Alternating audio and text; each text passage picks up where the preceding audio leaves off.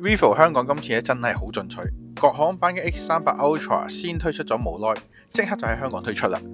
咁而且咧仲有一個攝影套裝可以做加購嘅。咁我記得我上次測試 Vivo 手機咧就係 X38 Pro， 當時我已經覺得呢部手機拍攝能力好強，估唔到咧接觸到 Ultra 之後，發覺 Pro 真係唔算得係啲咩。下面嘅評測主要針對咧 X38 Ultra 嘅拍攝為主，睇睇部機咧喺攞機嘅情況下，究竟可以做到咩嘅程度啦。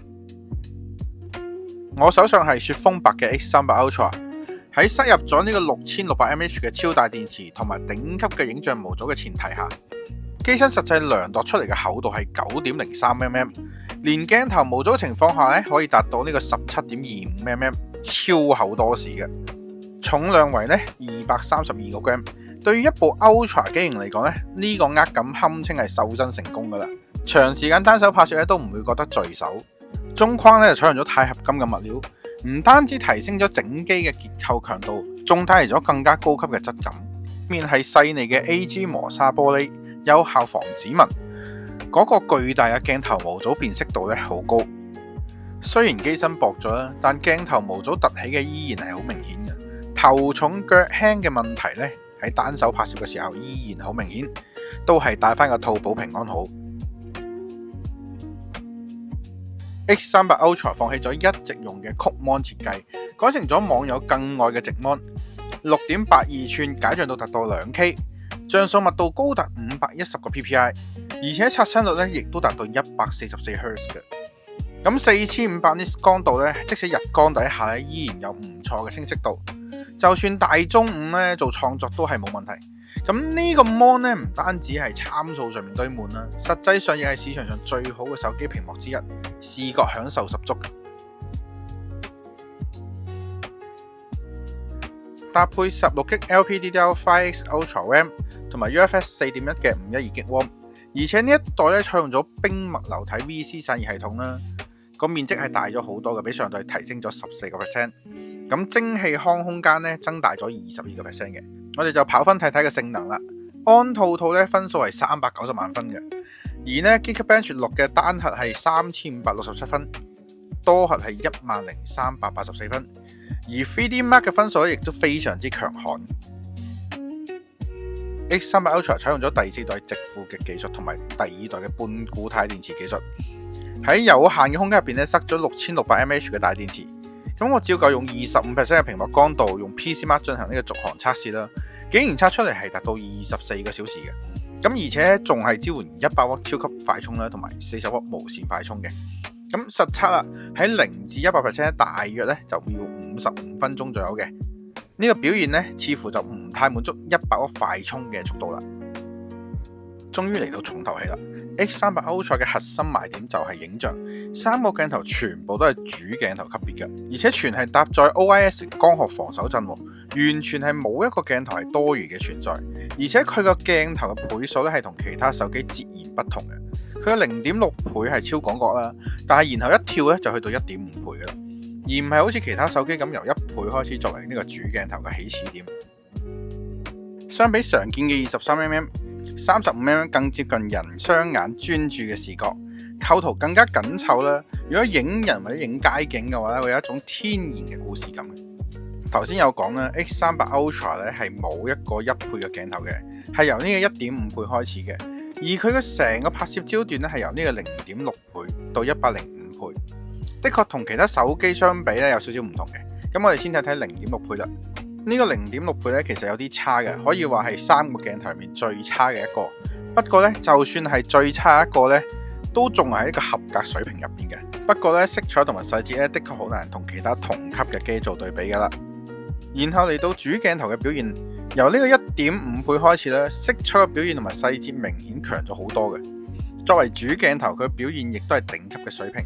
然後一轉咧就已經嚟到呢個 3.7 倍啦，已經進入咗呢長焦鏡頭嘅位置啦。咁嚟到呢個焦段嘅話，我反而覺得佢嘅細節保留咧，完全係唔比主鏡頭差嘅，而且色彩咧會略再提高咗一格嘅飽和度。嚟到 7.4 倍同埋10倍啦，一啲震感都冇。CIPA 7.0 咧就真係好勁啦。咁而且畫面嘅質素咧幾乎係冇任何損失咁滯，亦冇明顯嘅 AI 修復痕跡。20倍同埋30倍咧，表現幾乎係同前面冇乜太大分別嘅。當然 AI 痕跡會明顯多咗。50倍咧，幾乎係 X300 Ultra 可用嘅焦段嘅極限噶啦。而70倍咧，開始有強烈嘅模糊感。反正喺我角度咧，呢個咧就只係叫影到嘢。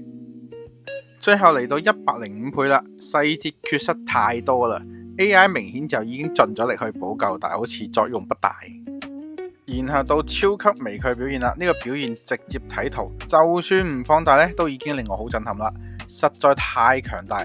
咁放大之後咧就更加震撼啦，因為咧呢隻東方果形嘅尺寸咧，其實只有7至8 mm 啫。咁連埋個翼脈同埋身上面嘅鋼毛都可以好清楚咁睇到。咁呢個表現咧，我幾乎係可以俾滿分嘅。人像拍攝咧，一向係 Vivo 強項啦，佢嘅東方美顏咧令好多人都着迷嘅。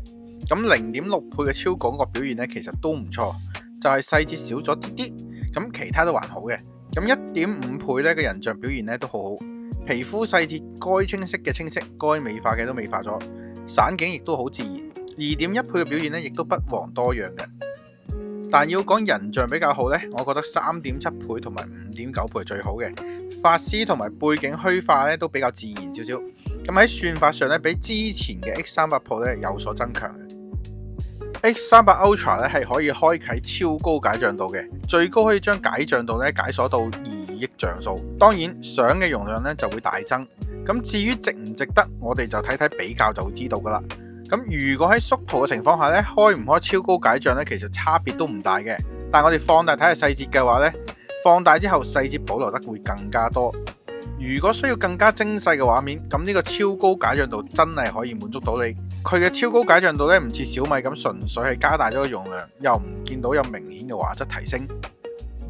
咁喺 AI 拍攝入邊咧，有5個唔同嘅場景啦，分別係晨曦、晴空、暮霞、夜幕同埋水墨藝術。咁前4者咧係天氣場景嚟嘅，而水墨藝術咧就唔同啦，佢真係直接將個環境啦、建築啦變翻古代咁樣，甚至會自行加入咧古人物去沖撐場面，一個純粹好玩嘅效果嚟嘅。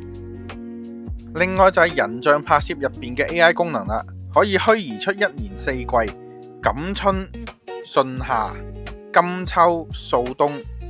另外仲有一個咧係動漫風格嚟嘅，呢個多多少少咧都有啲新海誠嘅味道入邊嘅。至於影片拍攝啦，除咗 Log 模式之外咧，作為一個用戶最關心嘅其實就係防震嘅表現啦。喺呢一方面咧 ，X300 Ultra 有3個選擇嘅，第一個就係正常拍攝啦。第二個就開咗超級防震，亦係最建議日常使用嘅 XY 軸同時防震。咁第三個咧就係地平線防震啦，呢個係加強咗手機平移嗰陣咧對上下震動嘅過濾。呢個就係超級防震拍攝出嚟嘅效果啦。上落樓梯嘅震動咧有好好被消化咗嘅，咁所以穩定性表現咧好似喺地面行路咁，相當之唔錯嘅。